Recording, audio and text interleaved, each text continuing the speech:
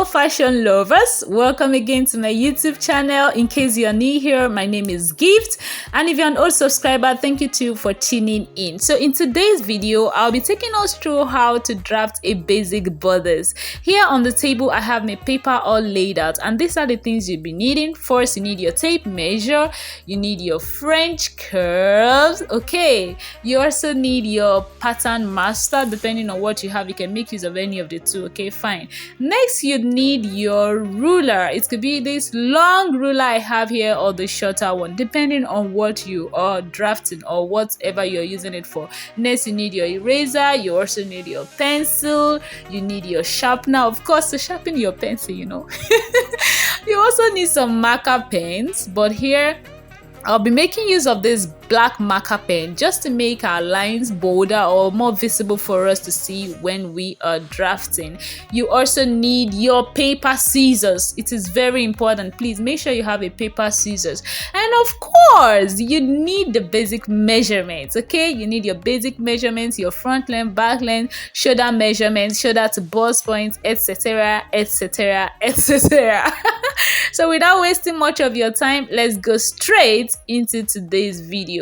First, we need to create a box on this paper. So in order to create that box, I'm going to be dividing my bust measurement into two, and after I have gotten that, I'm going to be adding 2 or 3 inches to it. So I'm making use of 3 inches here. I have 18 plus 3, that is 21 inches. So you're going to rule a line to show your shoulder line and place that 21 inches you have marked. Next, you want to mark your front length measurement. So my front length is 16, and I've gone ahead to square that line. Okay, now that I've gotten that, I'm going to divide the 21 inches that I've marked on the top, at the top rather, into 2, and that is going to give me 10.5 inches. Okay, so you go ahead and mark that line like so. So after you have marked the line, just create a straight line to divide that box we have into 2, okay? So I'm going in with my black marker pen just to make the line more elaborate, and as well labeling the part facing me as my center front and the other end as my center back, okay? And here we have the midpoint and the shoulder line, okay? I hope that is clear enough.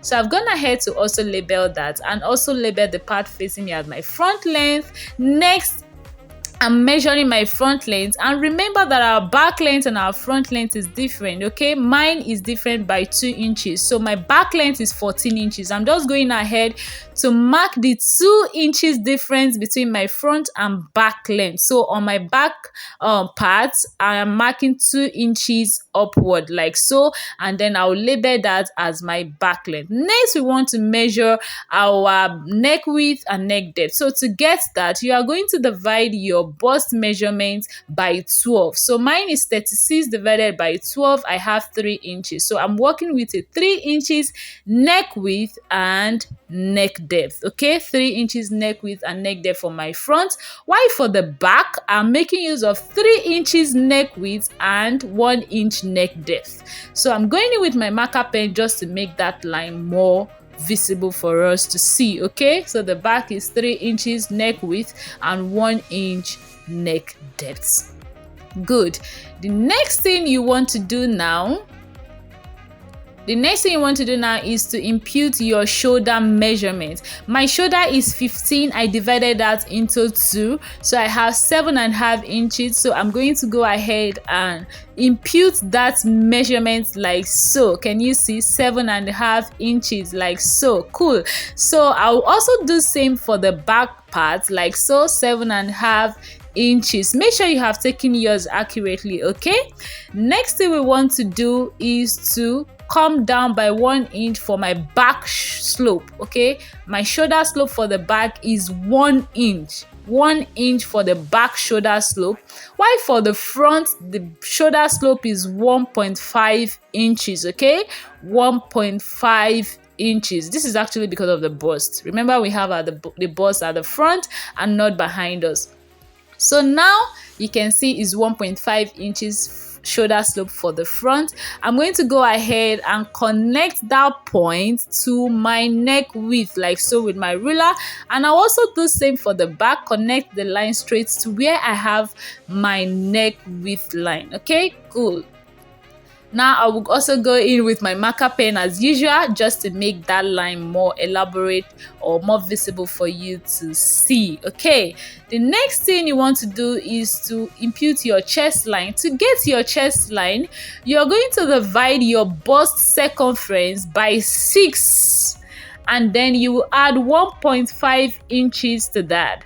Your bust divided by 6 plus 1.5 inches. Okay, so my bust is 36 inches divided by 6. That will give me 6 plus 1.5 inches. And then I have 7.5 inches. Make sure you have taking your bust circumference accurately. In case you don't know how to take good accurate body measurements, I'm going to leave the link below so you can actually check that video out. So now, because I have a back slope of 1 inch, I'm going to be adding the 7.5 inches we got plus 1 inch for the back shoulder slope.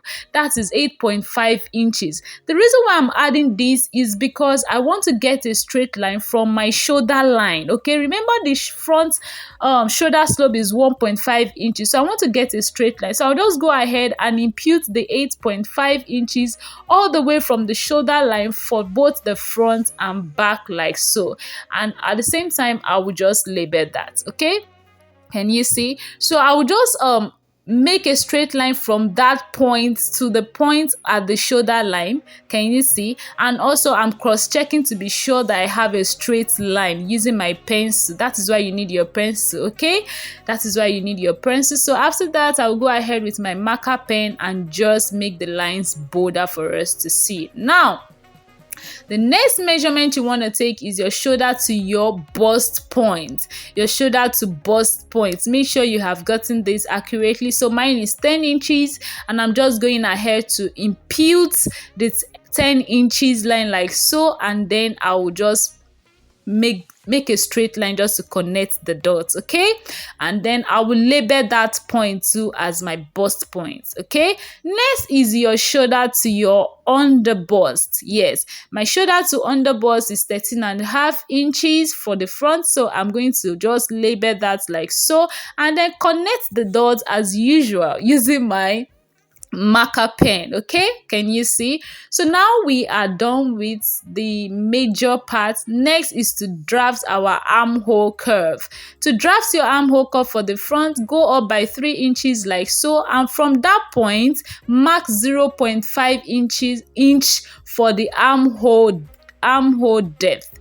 And also for the back, divide what you have on your shoulder slope line to your chest line and divide that into 2. Okay, next I'll be going in by 0.5 inch on that part, and now I have already gotten that. I'm going to connect those 3 lines together on my chest line. But before that, we need to impute our bust measurement. The bust I'm working with is 36 divided by 4, that is 9. Then I will add 0.5 inch to that for ease. And the reason why I'm also doing that is because of the back tightening. I'll be going in by 0.5 inch on my back waistline, or you could also do 0.75. okay, and then I will connect that line straight to my neckline. Why am I doing this? Is to avoid zipper bulge. When you make some outfits, it's just bulge, the zipper area will bulge. Now the reason why I added 0.5 into the front bust chest line is because of that part of my center back. Can you see where I have the center back line? It went in after I have done my back tightening. Okay, so because I need to add that back to my front, that was why I added 0.5 inch. So I went with my marker pen just to make the line bolder for you. So I have my 9.5, and also on my chest line for the back, I will put the same measurements that I have on the front on the back chest line. First, I have 9 inches, that is my bust divided by 4 plus 0.5 inch ease, okay, plus 0.5 inch ease. Yes, that is needed. So the next thing I will do is to connect those three lines. The first one on my chest line, that is my bust measurement, I'll connect that line with the armhole depth and also the slope. Okay, I'll do same for both the front and back. First, I'm going in with my ruler and then connecting that point for my armhole depth for front to my shoulder slope. Can you see? I'm connecting that line together with a straight ruler, okay? I just want to create that curve that armholes do have. And I'll also do same for the back. I'm connecting the shoulder slope to that point with a straight ruler, okay? Now, the next thing is to use your curve and draw a curve around that area. So I'm going to go in with my pattern master, okay? I'm going to go in with my pattern master and just connect that line with a curve, okay? Make sure it meets that point and also the point where you have marked on your chest line. Can you see? I'm just trying to figure out the best curve to use. So just mark it first with your pencil. Do the same for the back like I'm doing. Can you see? So I'm just going to make sure that it is curvy like so, and then go in with my marker pen just to make the lines bolder as usual. Okay, now we are done with our armhole. The next thing we want to measure is our dart line for the back, for the front rather, the dart line for the front. So I'm going in with my tape measure. I'm dividing my bust span into 2. So my bust span is 8. I divided into 2. I got 4. So on my front waistline, I'm going to impute that 4 inches I got on my front waistline. On my under bust line too, I will impute the 4 inches all the way through to the bust point, and then I will connect those dots together with a straight line. Why? For the waistline, I'm working with waist 29 inches. I divided that into 4. I got 7⅓, and then I will go in also and impute my dart allowance. So the dart I'm working with is 1.5 inches. I will do same for the back. Can you see? I'll do same for the back. Remember, I'm taking my measurement from the other line, not from the first line. So I'm imputing my waist divided by 4 plus my 1.5 inches dart intake. Can you see? 1.5 inches. Okay, cool. So I'm just going to connect that line from my waistline to my bust, my chest line like so. I'm going to connect that line together. Okay, next we want to take our dart intake on that dart leg. So I want to put in my dart for the back too, you know, the dart line. So for the dart line for the back, just take your waist measurement, divide it into 2. That is what you have on that waistline. Divide it into 2. Can you see? And connect it all the way to the chest line. Now, if you notice that after you have divided that into 2, the dart line is coming too close to your side line, please feel free to make use of your bust span divided by 2.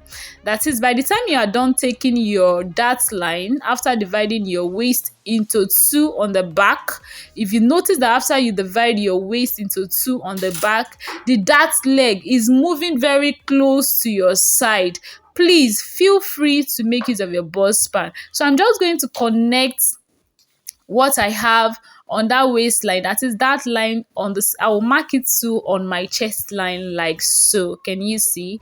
Just to get a straight line. Okay, so after I've done that, I will go ahead and make the line for my front border and also do that for the back that line. Can you see? Cool. Now I'm going in with my pencil first. Okay, now it's time to impute our dart legs. Remember, the dart allowance we took was 1.5 inches. Okay, so I'm just going to divide the 1.5 inches allowance that we measured or that we added into 2. So 1.5 inches divided by 2 is going to give me 0.75 inch. So I'm just going to mark that 0.75 inch on both sides of the dart line. Okay, that was that will give us our dart leg. So I'm just going ahead to mark the 0.75 inch on both sides, and then I will go ahead and connect that line straight to my bust points. Okay, I'll go ahead and connect that with my ruler to my bust point. Okay, can you see? Cool. Okay, now that we have done that, you also want to do same for your back. However, on the chest line, I will come down by 1 inch. Okay, the reason why I'm coming down by 1 inch is so that I do not have a sharp point around that area by the time I hold down the dart, because if you do, it's going to affect your sleeve. Okay, so I will also go down and mark the 0.75 inch on both sides of the dart leg, like so. Can you see? Just the same way we did for the front pattern. Okay, so after I have marked the 0.75 inch on both sides, please make sure you have taken that measurement accurately. Okay, so I'm just going to connect that line to the line I measured, that is the 1 inch I came down by on the chest line. Okay, cool. Now that I'm sure that I've taken that accurately, okay, I'll just go in with my marker pen and just make those lines bolder for us to see. Cool. Now, remember that the back and the front length are different. The back length is different from the front length by 2 inches. So what do you do with that 2 inches? Of course, we can't throw it away. So I'll just go in on my bust point line and measure 2 inches below it. Now, the 2 inches with which my back is shorter than my front is what I'm imputing there. So if yours is 3 inches, please measure the same 3 inches. So I'm just connecting that line straight to my bust point. Yes, you connect it straight to your bust points. Okay, now that I have gotten the 2 inches, I'm going to divide that into 2. That is, 2 divided by 2 is 1. Then I'll come out from that point by 1 inch. Okay, this is one reason why I told us to add 2 or 3 inches to our bust measurement divided by 2 when we were starting this video. Okay, so I'm going to divide that into 2 and come out by 1 inch. Yes, the reason why I'm coming down by 1 inch is by the time I close this bust dart, you would discover that it's going to look funny, but we need to close it. So the extra allowance we added is going to help us when we are closing it. So in order to make this easier, I'm just going ahead to cut on my front line, like the front waistline, and I'll also slash through that midline. Yes, the midline. So in order to make it easier too, I just went ahead to cut out the remaining parts of the paper that we do not need. Okay, so the next thing I want to do is to close the bust dart. Okay, to close the bust dart, just hold the paper the same way I'm holding on that line, like so, and just connect that line to your bust point line. The midline you created is going to serve as a guide. Okay, it's going to serve as a guide. So now that I've closed the bust dart, okay, now that I've closed the bust dart, you will notice that the front part is looking very rough. It is not relaxed at all. Can you see? The front part is not relaxed at all. That is because to close a dart, you need to open up another dart. Okay? To close a dart, it is a rule you must not forget. To close a dart, you need to open up another dart. So I'm going to transfer that dart to my waist dart by slashing through the waistline. You could also transfer this dart to your shoulder, but I'm actually using the Helen Armstrong method of bust and waist dart technique. So I'm going to slash through the waistline like so all the way to the bust point. Please stop at your bust point. Okay, so I'll slash through like so to the bust point, and when I get there I will stop. Now I have slashed through the waist dart. You can see that it is easier for me to close my bust dart now. Okay, it is easier for me to close my bust dart. Can you see? That means we have successfully transferred our bust dart to the waist. Can you see that the waist area has opened up for me? Cool. That is just it. You just learned something, okay? So I've transferred this bust dart to the waist dart. Now, if you notice, by the time you close your bust dart, the lines are no longer matching up. Don't fret it. You don't have to be scared, okay?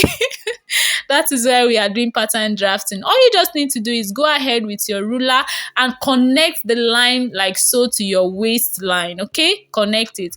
But I'll be making use of my curve, okay? I just want it to have a bit of curve around my bust like so, okay? Now, you have successfully connected that line together, so there won't be any problem, okay? This is called truing. So you are actually truing the bust area, okay?